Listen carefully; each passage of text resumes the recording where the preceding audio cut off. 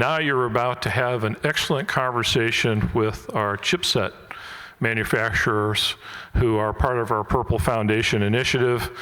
I'm just going to ask them to come up as they will. I'll name the names, but just come up. Stefano Groppetti from Broadcom, Reysen from Cortina Access, Dr. Leonard Dauphinee from MaxLinear, Stephane Renaud from MediaTek, and Matt Joseph from Qualcomm. So, gentlemen, please find a seat wherever you feel comfortable. And I may sit and stand. I typically do both during these types of sessions. So thanks, everyone. What I'd like to be able to do first is have all of my SoC partners introduce themselves. So I'm going to jump to the first slide. And so if you would, we've got our Broadcom team who will, there you go, got a microphone. So I'll leave it to you. Thank you, Randy. Thanks, everyone. Good morning. Thank you for having me here. I'll try to keep it short. So, Stefano Groppetti, I work at Broadcom for 12 years in the marketing department of the organization that develops SoCs for broadband CPEs, whether DOCSIS, PON, or DSL. I am a peer to Wayne Walters that you know pretty well, Randy, and I'm here on his behalf to represent Broadcom. So a few words on Broadcom for those who are not familiar. We are a Fortune 500 company.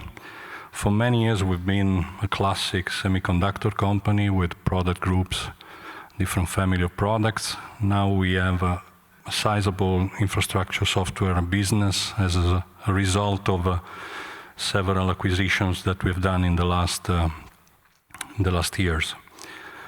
Now, when it comes to market addressed by Broadcom, broadband is an important one.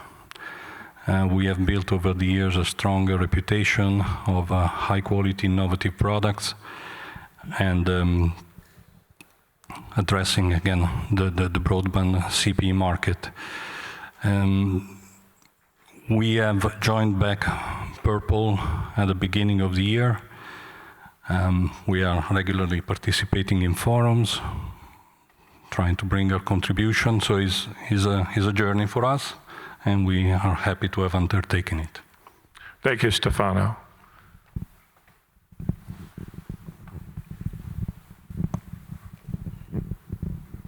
There we go. Yep. Hello, I'm Bill Reysen. I'm with Cortina Access.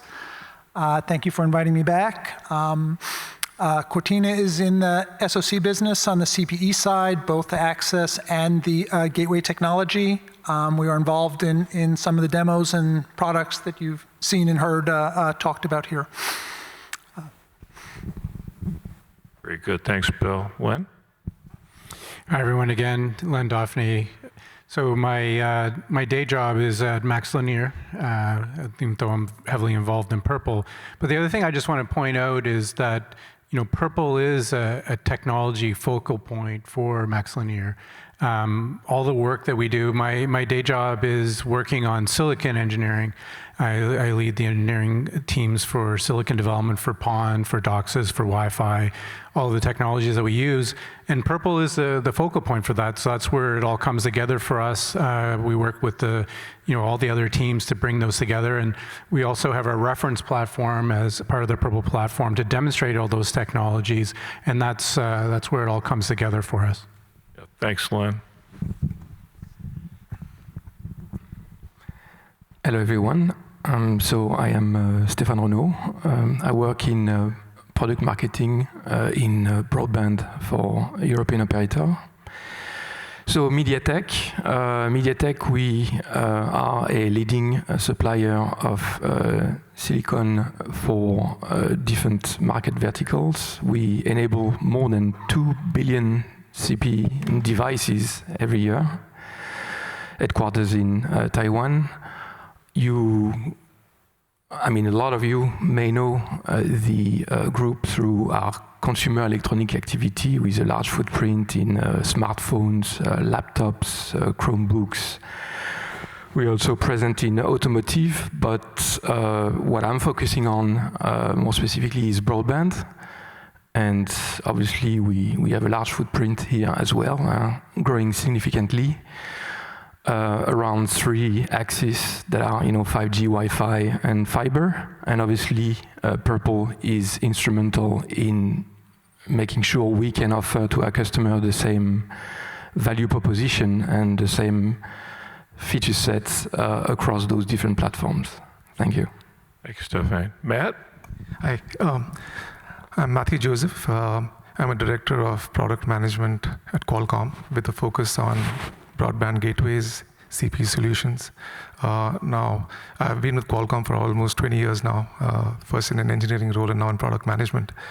So Qualcomm is based out of San Diego. We've been at the cutting edge of innovation in connectivity technologies, delivering significant values globally for people and enterprises, right? Across mobile, across gateways. My team itself is really focused on delivering some of the things that we heard some of the folks from the operator roundtable talk about. So enabling service differentiation, enabling value for the end customer so that the CP starts to become the centerpiece of your home. Finally, just talking about Purple, we are very committed to Purple. We really want to enable an open, programmable gateway solution, and we are very actively involved in the open source community as well as Purple working forums for the same reason. Thank you, and very excited to be here. Yeah, thanks, Matt. Thanks to all of you. So as we have the discussion here, this is a variation and on a common roundtable. This is going to be more of a discussion. Because each of you are in this industry, you all understand the nuts and bolts of how all of the pieces fit together in order to obtain value for the customer that sits at home with the device that's provided by the operator themselves who have value in making sure that they are best providing a solution that can be managed, as some of the discussion we've just had, some of the demos that you see in the hallway and in the main room. But what it comes down to when we talk about nuts and bolts is from a software perspective. We'll talk a little bit about the silicon, but let's talk about the software and where that fits in to us, as a community, as the foundational components of our system is the low-level application programming interface, the LLAPI, and how each of the manufacturers who utilize your chipsets need to then work in such a way to create that common way in which we generate portability of our software from a Purple perspective throughout any of the CPE that we develop. So here's the question. So as the evolution of new, and there will be a discussion on standards later, but let's just say new versions of OpenWRT, new versions of the Linux kernel, all of those things that make all of this work and everything now that you all as chipset vendors have to target. What is your view on how we as the Purple organization need to maintain alignment on versioning? And does it introduce complexity? And what is that complexity? What are the word challenges? What are the benefits of that common abstraction? But what are the challenges when we have to move from one generation to the next of low-level API? So, Bill, I'm looking at Bill right now because he's at the end. So, Bill, can you start the conversation and then whoever wants to join in, please? Sure. Yeah, so from our perspective, we would prefer not to migrate like every week, every month, right? We would prefer if there were fewer changes, fewer upgrades to operating system, things like that. We don't have specific opinions on whether this version of Linux or that version of Linux are better or anything like that. What we're trying to avoid is having to change it twice a year. That's really my perspective. More consistency and just not like locking it down. So before the next comments coming through, something that was earlier said, Wojtek mentioned the fact this maintainer role, 2 major, 2 minor releases. Our intent as the community is not to release a new kernel version based implementation on twice a year, but it's to work with you all to make that happen. So I want to clarify that, before any other comments come across, because certainly we don't want that. We don't want to confuse anybody who's responsible for the components that make all this happen. So any thoughts here? Yeah, I don't want to hog the microphone too much, but yeah, I'm not even sure, whether it's us as the suppliers who are not in sync and promoting different versions, or whether it's the operators who can't seem to sync on a version. So I think that's debatable. But my recommendation is that somehow we get together and sync on it. And I'm talking about something specifically like the OS or OpenWRT version. Okay. Any other comments? Well, I think, based on the kernel, I think we have an agreement already that we're going to upgrade the kernel every couple of years, right? Every 2 years is the plan. I think it's reasonable, and we do have to address it because it becomes a security concern, right? One of the things that, we talked about a lot is security. If we don't keep the kernel up to date, eventually you just start really falling behind in security. So absolutely, it's required. And I think 2 years is, to Bill's point, it's a reasonable point to upgrade. Yeah, we're fully aligned. Just to add, based on what Wojtek presented this morning, if there are 2 releases per year, ideally we should align our SDK release to support a given Purple OS, OpenWRT version, kernel version, and what we need is a good visibility on a stable, detailed roadmap with reliable dates. And I think that will work. That's fair. Yeah, well, I think I'll have a fairly similar response. I think there's, shades of gray on the topic. And I mean, if you were to upgrade too often, probably the operators and the software integrators would not be able to digest it anyway. So you have to find the right balance between, having some consistency and making sure that you can improve your SDK and make sure that you have the best quality possible, which requires some level of stability and as well some frequent enough upgrades to take on board the latest security gaps that there may be.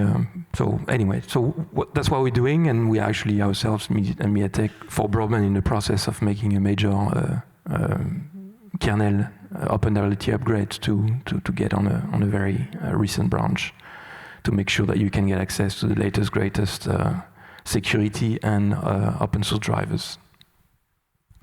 Yeah, I think I'm going to pretty much echo the same thing. At Qualcomm, we try to be on the latest kernel, on the latest OpenWRT version for, what Len was saying, for security reasons and also to get the latest features, etc.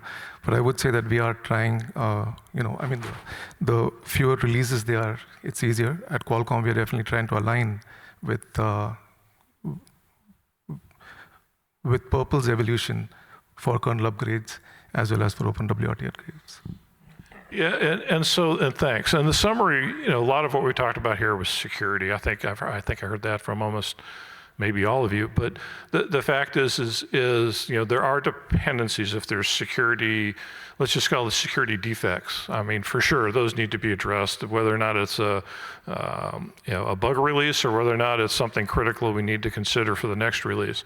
But all the above, we need to synchronize across the operator community. We need to synchronize how the message from our Purple community gets out to the operator community, to make sure that we all are aligned on the value proposition of standardization across kernel and OpenWRT releases, or whatever drivers are needed for any other components for any of the solutions in our CPE. So that brings us now we've addressed some of the low-level concerns. Now let's bring it up a little bit. So part of what we are doing as a Purple community is we're communicating amongst ourselves. We go to different conferences, we have these kind of conversations.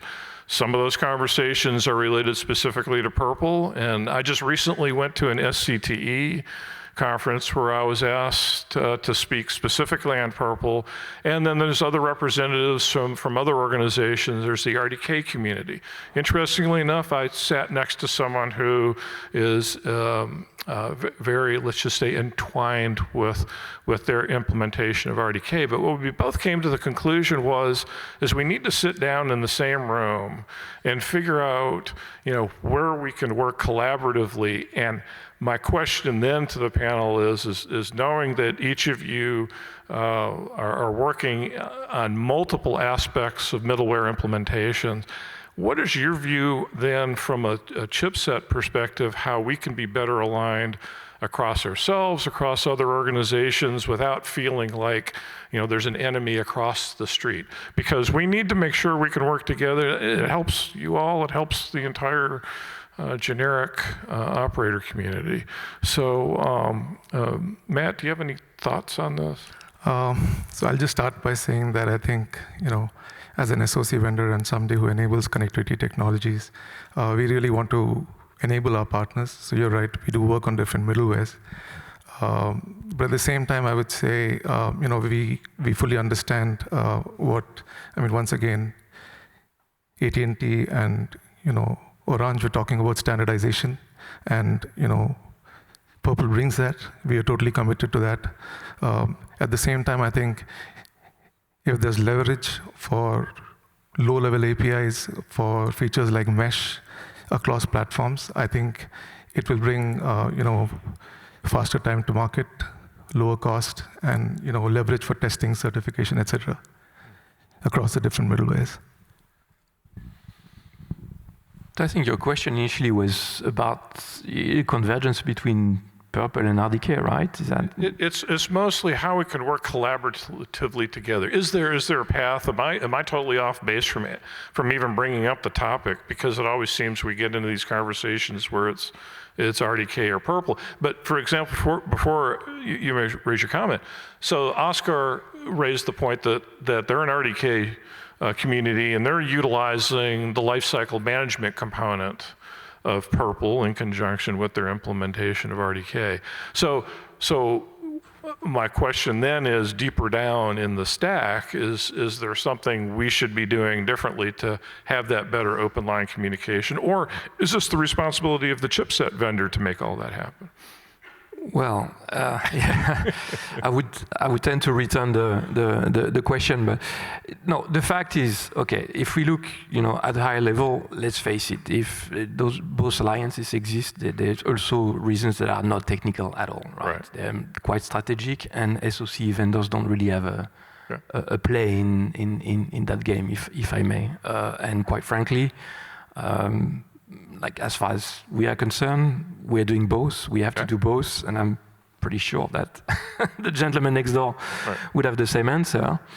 Both solutions have their merits. The technical aspects is beside the point. Right. I think what we see is that from both ends we see an effort to define more standardized and actually Linux-based interfaces. So we welcome that very much ourselves as a strong investor in open source. And again, I think we need to pass behind that and see the industry focus on more important matters, which is how we're going to enable value in the future in a world where I think we're in a changing paradigm nowadays, where a lot of us have been in the industry for more than 20 years, and we've seen a story of access changing from ADSL to VDSL to VDSL plus vectoring, blah blah blah, GPON, XGS-PON, but the future is more about computation than about connectivity and speed, right? So there's a question that we need to address, is how we work on advanced AI, on generative AI, the role it's going to play in broadband. You just stole my thunder for my last question, by the way, but we'll get to that. Right. Now, I was trying to think, I'm not sure how we can help somehow converge at a lower level. Right. That's the question. Yeah. The reality is that the market is made of different stacks. Some are open source, RDK, prpl. Yeah. There are different flavors of OpenWRT out there. Still many proprietary middleware, and we have to live with that. Yeah. So today, the way we do it, we have a foundation SDK, if you want, and we have an extension to it. Now, back to you. Maybe if the market will converge to a lesser number of stack, it will make our life easier, and then the convergence will happen. Really. Sorry, I don't have a better answer. No, that's fine. That's a good answer. I mean, I echo what Stefano's saying. And in the end, it's a lot more work for us, right? Because all of us, we participate in all these markets. We have to support all the different flavors of the software stack. So, you know, from a high level, it doesn't really provide any differentiation. It just creates more work. So consolidation wouldn't be a bad thing, right? Ultimately, I think there's no benefit in the end game. There is no benefit to having different software stacks. Right. So at some point, hopefully, there can be consolidation. That's good feedback. So in this group, we had talked before about whether the low-level API could be common between the two, and I think that might be a possibility. Right. But I think there's still going to be two platforms. Okay. So I think as an IC supplier, we probably have to continue to have two SDKs, although merging on the low-level API may help the application suppliers so that they don't have to do different versions. So that would be worth it. I agree. Randy, I think, you know, one thing could be, though, just going back to what you were asking about collaboration, I think there is room for collaboration. I think we should take advantage of the fact that, you know, Vodafone is using both. Right. And we should continue to work with RDK on the LCM. And because it's a starting point, you know, maybe there's two things, right? Bill's right. We start at the low-level API as well to try to harmonize some of that, but also starting at the high level with LCM. I think it's a good place to go, right? Because containers are very portable, right? And it's not just portable to RDK; they can be portable to other other software stacks as well. So that's a really good place to start. Right. I don't want to steal too much of the conversation later when the app developers get together, but that's part of that discussion. So, you know, it's like we're up and down the stack, right? We're all about this continuity across the platform. And that being said, LCM being a piece that drives down into the lower layers. Any other comments at this point? I can move on. Very good. So now this gets into relationships, and I think there was a high level, we touched on it a bit. I'm trying to recall, it was Bill, I don't know, one of you all made the point, and that is starting with the fact that we have open source. We have a lot of demos that are almost 100% open source. We have some that may require some licensing for certain pieces of the software. So the point is when it comes to our reference design platforms, that's where really I want to get to. The thinking from our foundational perspective, and again, Wojtek talked about fast track, regular, and self-serving for the most part. But in the fast track model, we're looking more so to make sure that we have limited restrictive policy when we have the need to port our prpl platform onto these new CPE or existing CPE. So our thinking is, from a prpl perspective, reduce complexity of restrictions, reduce the complexity of non-disclosure agreements.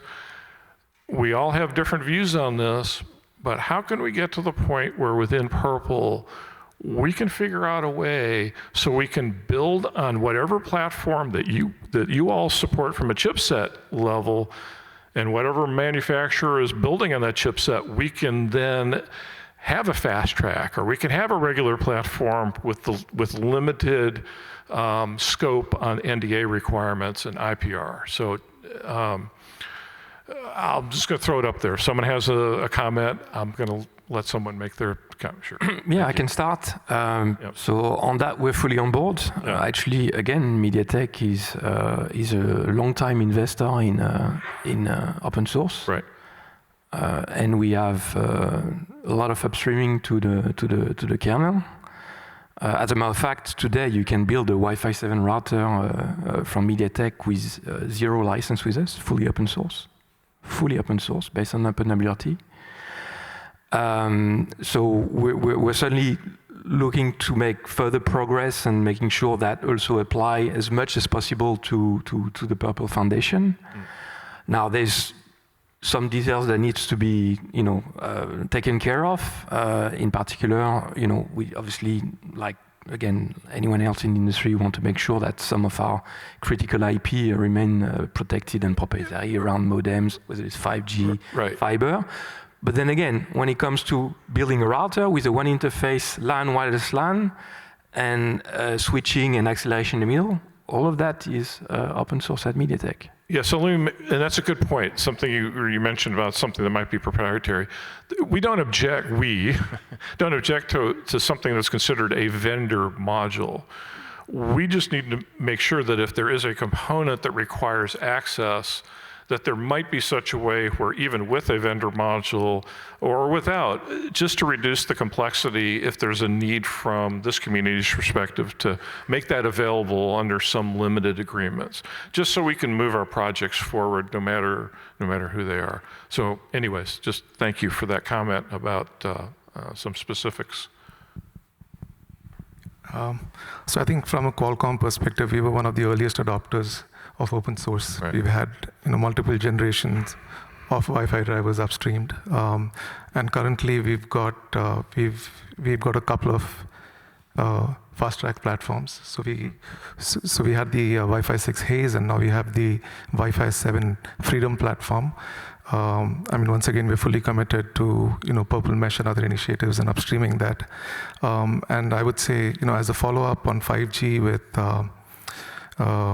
Modem Manager and libqmi, we are working towards improving this standardized baseline to get a jump start, for our partners. So compliant though with open source. Yes. Yeah. Okay. No, when I talk about Modem Manager and libqmi, that okay. is, Just in general though. Okay. Fair enough. Yeah. Anybody have any other comments? Yeah, I guess in our case, it's just the opposite. I've had trouble convincing my management to do fast track or a lot of open source. Well, we're here to help. So you still have opinions and things like that you're giving away your IP or sharing it with your competitors and stuff like that. So but that can be managed. We just need to figure out how to do that. Yeah, I agree. Okay.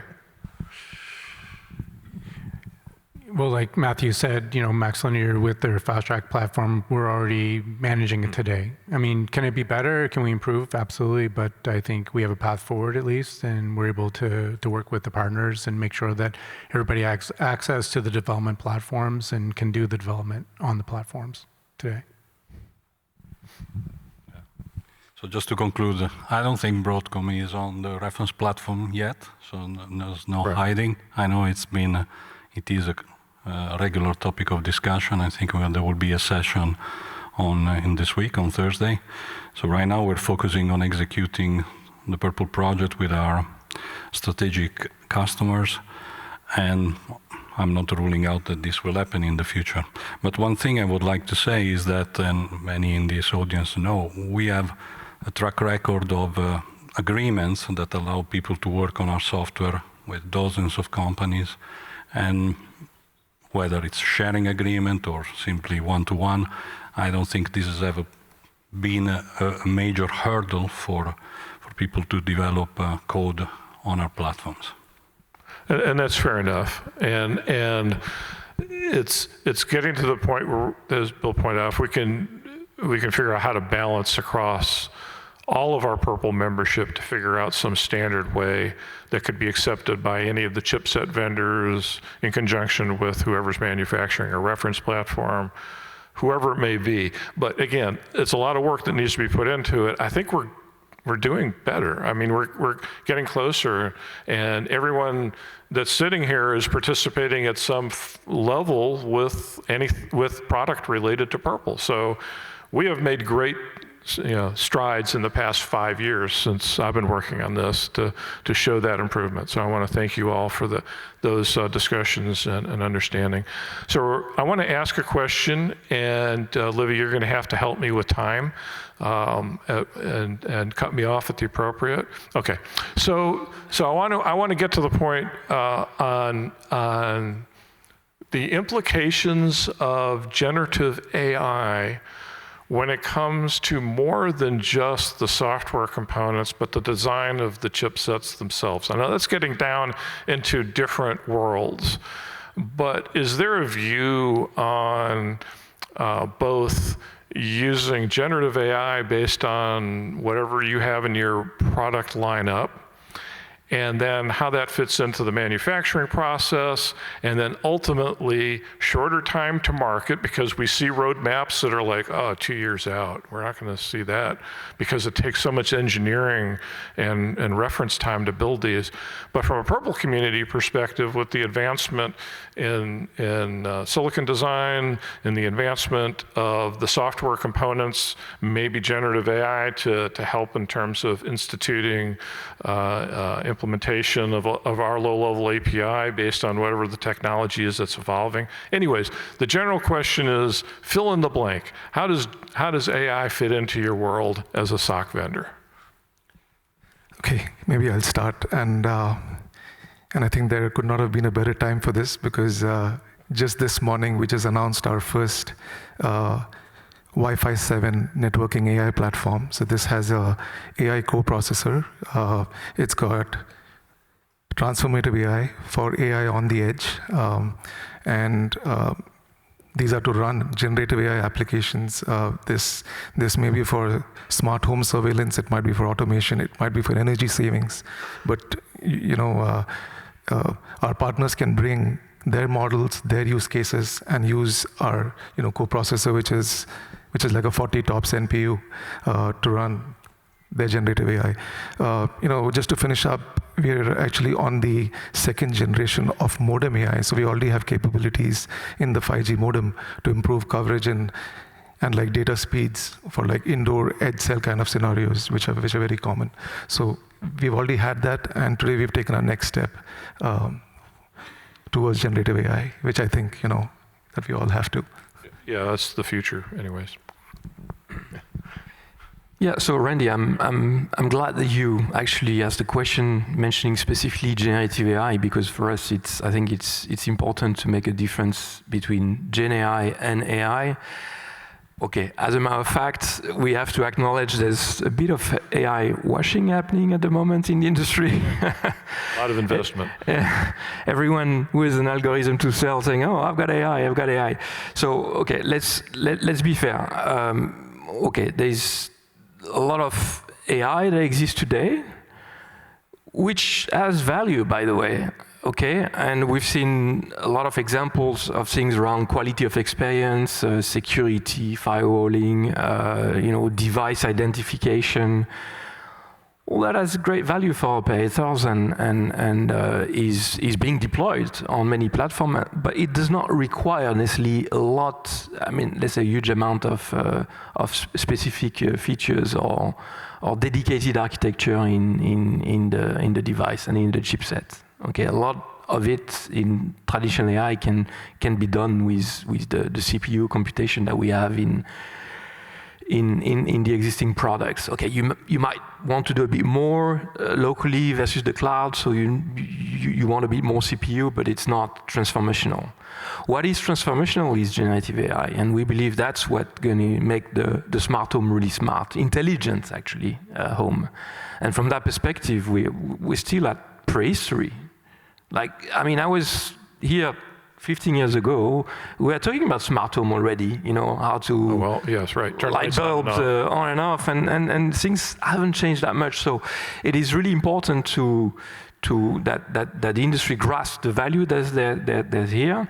And actually, I believe that it's really mandatory, because if they don't do that, everyone is going to sell the same pipe, and operators will not be able to differentiate.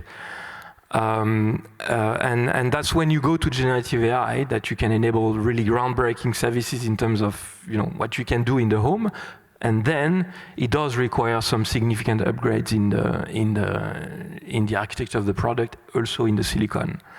Whether it's needed now, okay, I have my doubts that the market is able to digest yet what we can do in terms of generative AI, but it's coming, and certainly everyone should be focused on that. Thank you. Are we running out of time? Olivia will flag me. Okay, so I think she's telling me to cut off. So to be quick. Yeah, thanks. So we're integrating AI/ML neural processing units in our broadband SoCs. We have communicated already 1 year ago. We've done again, I think last week or 2 weeks ago. It's not necessarily generative AI for me. This means large memory. Right. That is not what a CPU is intended for. But we do believe that there is a benefit for operators to improve operational efficiency, network security, and network reliability.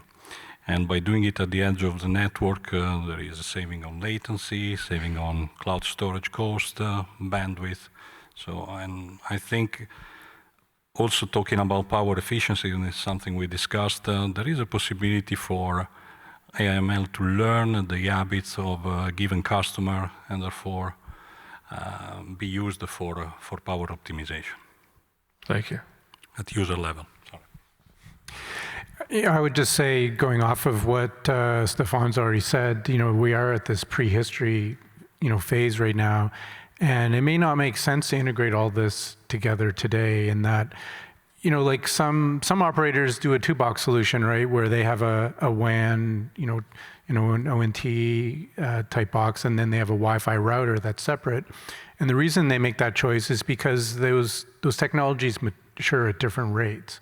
And I think the same thing is going to be true with generative AI. I think definitely makes sense to have edge compute because of security concerns. People don't want all their fingerprinting and all that getting into to the wrong hands. But it may make sense that there's a generative AI appliance in your home. You just have to make sure that we have the connectivity to be able to utilize that device. But I think it's going to accelerate and evolve at a faster rate or a different rate than the other technologies for connectivity and access. So I think the architecture, and that's something that the operators can address. It needs to be something that we think through, and it becomes maybe a separate coprocessor within the house. Thank you, Len. Bill? Yeah, just quickly, I'd be shocked if there's any new SoC announcements that don't claim AI capability. But I think there's still a question of scoping, right? Some of the use cases like power management or the band steering, things like that, are a relatively small amount of data to be processed. But if you get into looking deeply into the packet streams and things like that, then you could be looking at something much bigger from a hardware perspective. Yeah, that's interesting.